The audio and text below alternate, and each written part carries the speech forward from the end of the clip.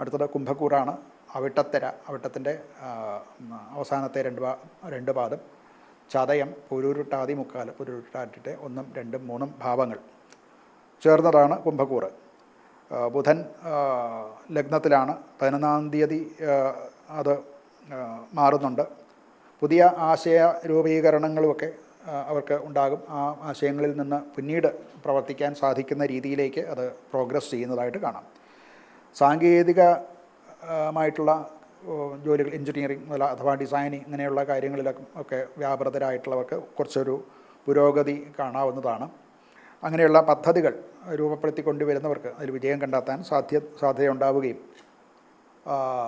ഒപ്പം വർക്ക് ചെയ്യുന്നവരോ അല്ലെങ്കിൽ ബോസ് അല്ലെങ്കിൽ സബോർഡിനേറ്റ്സ് അവരിൽ നിന്നൊക്കെ അതുകൊണ്ടുണ്ടാകുന്ന നേട്ടത്തിൽ അവരിൽ നിന്ന് ഒരു പ്രശംസ പിടിച്ചു പറ്റാനും ഒക്കെ സാധിക്കുന്ന കാലമാണ്. ധനപരമായിട്ട് പുതിയ നിക്ഷേപ സാധ്യതകളെപ്പറ്റി അന്വേഷിക്കും. അത് അനുകൂലമായിട്ടുള്ള ചില പുതിയ സാധ്യതകൾ ഉണ്ടാകാനും സാധിക്കുന്നതാണ്. ആരോഗ്യപരമായിട്ട് നാഡീ സംബന്ധമായിട്ടുള്ള ചില രോഗങ്ങൾ ഉണ്ടാകാൻ സാധ്യതയുണ്ട്.